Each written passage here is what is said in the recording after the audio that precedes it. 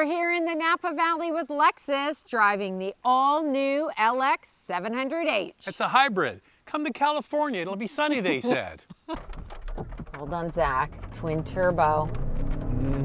Oh yeah. Hybrid power as well, giving us lots of juice. Oh, yeah. Horsepower and torque numbers are excellent for this big beast. What's under the hood, Andrea? A 3.4-liter twin turbo V6 with Lexus hybrid drive. It's matched to a 10-speed automatic transmission and has a combined 457 horsepower and 583 pound-feet of torque. Full-time four-wheel drive, and you gotta put premium fuel in this baby. So this is the hybrid model. There's also the base model, which has the same 3.4-liter twin-turbo V6, but no hybridization. 409 horsepower, 479 pound-feet of torque. For this review, we're focusing on the all-new hybrid. And because we're focusing on the hybrid, we're going to focus on the key standard features of the 700. The LX comes standard with dual 12.3-inch screens, a 7-inch display screen, wireless Apple CarPlay and Android Auto, a wireless charger, a head-up display, a 25-speaker Mark Levinson sound system, semi-aniline leather seats, power, heated and ventilated front seats with massage, heated and ventilated second row seats, a moonroof, power back door with kick sensor, and Lexus Safety System Plus 3.0. In the US, since there are more trims available, not all these features are standard, but they are available. So Lexus has done an interesting thing. They brought out a top-of-range luxury body-on-frame SUV, the LX, but when they bring out the hybrid, especially in the Canadian market, they've gone with this Overtrail look. Sure, they have the more upscale executive model, but I find it interesting that they've gone with this approach for the hybrid. Yeah, it is a different approach, and we certainly asked the Lexus PR team about this.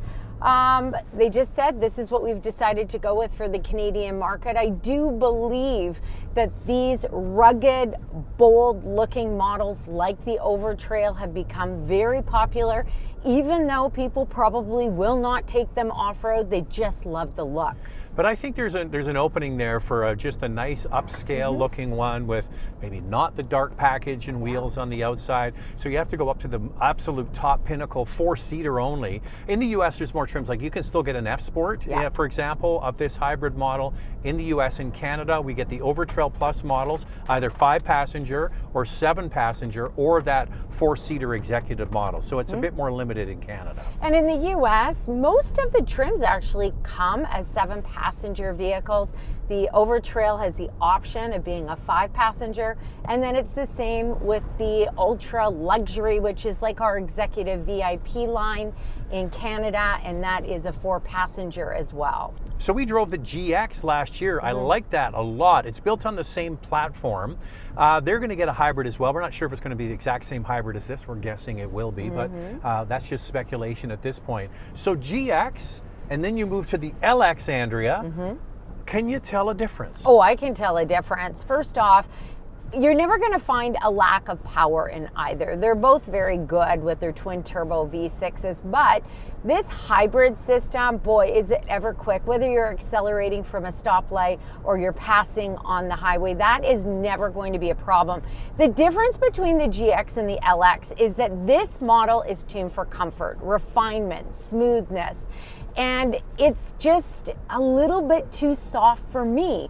But if you like that feel, I think that Lexus nailed it when it comes to refinement and that softer suspension in the LX. Okay, some mechanical differences between the GX and the LX, and it does really come down to the suspension. This is an adaptive suspension, so it has the ability to sense the road and either soften the shocks that are hydraulic or stiffen them up.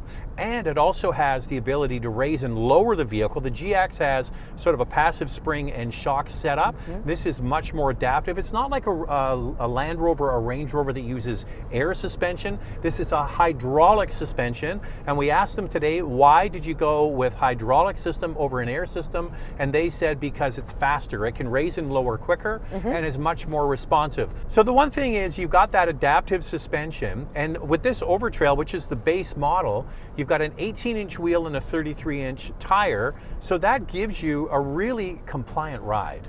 There's 7 levels for the ride height, which I think is pretty great on a vehicle like this. If you get out of the vehicle, it lowers it, and it definitely detects the road conditions ahead. I think for me, if I'm on road all the time, I'm going to get rid of these 18-inch wheels and 33-inch all-terrain tires and maybe just swap them out for a 20-inch wheel.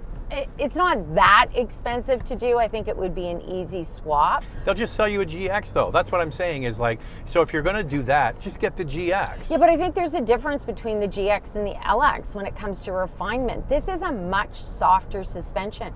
I think it's really going to appeal to a different group of people. And also, you have to have the budget for this. This is not an inexpensive option.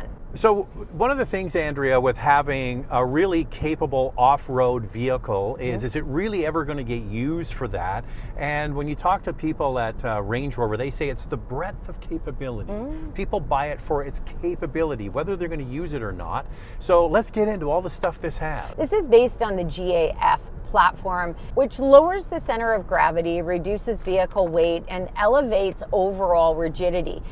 It has a new 3-cross frame, and every LX comes with adaptive variable suspension, center locking differential, active sound and height control, multi-terrain select, and a multi-terrain monitor, crawl control, and downhill assist. Now, the executive VIP model, or the ultra luxury in the US, has front and rear hydraulic suspension systems, and Overtrail Plus models add a front and rear locking differential. In the US, the F-Sport handling model features front and rear performance dampers and a Torsen limited slip rear differential. So I'm not sure if you caught that. The Lexus LX has 3 lockers, center locking differential, rear locking differential, and front. There's really only one other mainline vehicle that has that. That's a G-Wagon from Mercedes-Benz. And the same thing comes about with G-Wagon. They're probably twice as much as this product.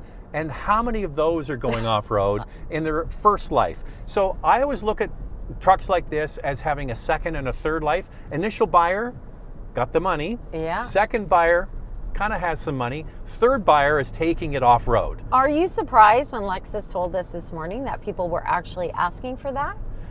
I think in the used market, they want the 3 lockers. I'm not sure how many new buyers want 3 lockers, but it's got it now. So for those few people that are going to really do off-roading with this, you're happy. And I gotta say, if I had the budget for this, I would actually get the Overtrail model because I really like the look of it. First off, the front grille is in black, and I think that it looks better than if you're going with the chrome because it is a big grille. And I also like the black exterior accent. So I am a big fan of the look of this. Like I said, will I ever take it off-road? No, but it certainly will be a comfortable ride for me in the city and on the highway. So yeah, as I mentioned at the beginning, I'm a little surprised that the base model is the Overtrail, but that's for you to decide whether you like that decision or not. The wheelbase is exactly the same as the GX, so you do have options in the Lexus family. You can get a GX or you can go up to this LX. It's your choice. The LX has 8.1 inches of ground clearance and comes standard with premium triple beam LED headlamps, LED fog lamps, power folding exterior mirrors, illuminated running boards, roof rails, and LED rear combination lamp. As we mentioned, the Overtrail models come with 18-inch wheels and 33-inch all-terrain tires. 22-inch wheels are available and 20-inch in the US. Because there is a battery in a new hybrid system, they had to reposition the spare tire, and they've done that to facilitate the hybrid system.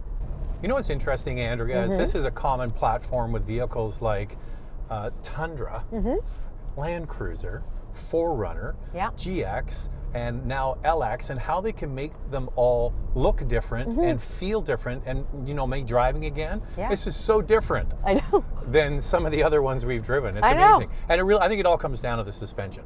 All right, so now we turn our attention to the inside, and same thing again. They've made it look quite different, and it really comes down to the center stack here. Instead of having one screen, they've gone with 2. Yeah, there's dual 12.3-inch screens. So you've got that digital driver display and the touch screen. screen, and then below the touch screen is a 7-inch display screen.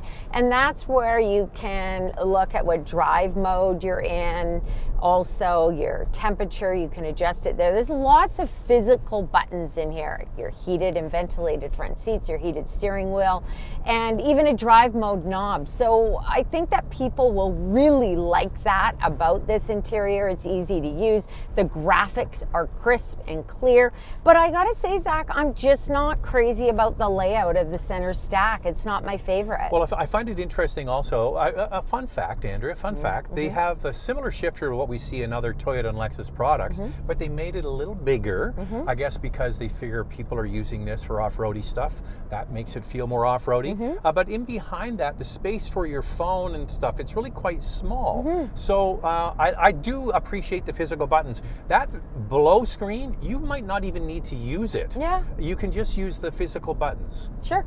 Now, I think that this center console is well laid out. I do like a traditional shifter. You know that for me, so I'm happy Lexus went with that. Wireless charger is here, and you've got a couple cup holders. And then this is a cool box storage unit. You can even hear it working away. Is it like, that's a cool box? It's a cool box. Or it's a cool box? Well, Zach, guess what? We've got our cool box water in the cool box. But it's interesting because this is such a big vehicle, right? Yeah. So you got a nice big center armrest here with a very cool box. Yes. But then the door cards aren't that big. Oh my goodness, they're very narrow. I'm so surprised. Usually you'll see in these body on frame SUVs that the storage is great, and it is here. And yes, this is well laid out. And it's very cool. It's very cool. But the door pockets need to be wider. What I will give Lexus credit for is the comfort of these seats. It really is a pleasant vehicle, whether you're in the passenger seat or the driver's seat, when it comes to comfort. It's a cruiser. I really just sitting here, just taking my time, cruising along. Yeah, and you can feel the body on frameness. Some SUVs you can't, but you can while driving this. The materials in here are pretty good. Yeah. Like you've got some vinyl wrap on the dash pad and on the center console, some dark wood. There's still some shiny hard plastic around the door switches and especially around that second lower screen. Do you think this is befitting of the almost $150,000 price tag? I feel like it is more luxurious than something like the GX for materials, but it still really doesn't go away from that kind of truck-like look to it. You know, you can see some truck-like design elements, which maybe Lexus was going for something like that, but something like the QX80, which is new from Infiniti, feels more luxurious to me. They went the other way, right? They went the other way. Yet that vehicle has quite a firm suspension and does have a more truck-like feel to the driving experience, which this is the opposite of. Now, the wood trim, as Zach mentioned, there's a variety of color options you can go with. There's also different interior color options depending on the trim that you choose. And the color. So certain colors will go with certain, like you can get the Overtrail with the two-tone seats, so the tan and black, but only with certain colors. I also want to mention that the battery is in a waterproof case, which allows for water fording up to 27.5 inches. In Canada, the executive VIP model or the ultra luxury trim in the US is on really another level. It's the ultimate full-size, fully capable prestige model. It's 4-passenger seating, and it comes standard with multi-support massaging front seats, heated leather wrapped wood steering wheel, front and rear seat wireless chargers, dual rear seat entertainment with 7-inch screens, and a 4-way rear manual VIP headrest. And those VIP rear seats, they recline up to 48 degrees. So here's me getting in the second row. Of course, the seats recline. How does this stack up? So there are a few different dimensions for the LX. As we mentioned, 5 and 7 passenger vehicles have 41.1 inches of front row legroom, 36.6 inches of second row legroom, and the 4-passenger models get a little less legroom in the second row at 33.8 inches. Okay, so the second row seats, if you get the third row option, tumble forward and you can get into the back there. That's where the battery pack is, though. How does this stack back up. The third row legroom is coming in at 31.1 inches. So we are focusing on the hybrid. When you lift the tailgate, you notice right away you get a flat loading floor when the third row of seats is down. They have a little stand at the back. It's retractable, but that helps you get things in and out without much trouble. Cargo space behind the second row is 31 cubic feet, and space behind the third row is 7.2 cubic feet, and overall cargo space is up to 62.5 cubic feet. So it's a hybrid, Andrea, but it's a body-on-frame SUV. Can it tow? And is the fuel economy any good? We're going to tell you all of that in our vital stats. Let's start with pricing. In Canada, the pricing includes freight, PDI, and fees. The Overtrail Plus two-row model starts at just over $139,000, and the top executive VIP trim is just over $174,000. In the US, the base Overtrail model starts at just over $115,000, and the top ultra luxury is just over $141,000. Here's the fuel economy for this hybrid. 12.5 liters per 100 kilometers in the city, 10.7 on the highway. That's 19 miles per gallon city, 22 miles per gallon highway. The towing capacity is 8,000 pounds, and the warranty is 4 years, 80,000 kilometers, or 50,000 miles. Lightning round, two things we like to see improved. Well, I like the refinement and quietness the LX offers. I like all the extra torque and power. I'm just not crazy about the layout of the center stack. I would like in Canada not to have to buy the most expensive model to get a bright wheel with some chrome work on the outside. I'm forced to buy an Overtrail for the base model, so that's a trim they could add, much like they have in the United States. So there it is. It's the LX 700H. What do you guys think of that? Thanks for watching, and if you like what you see, subscribe, and we'll see you next time.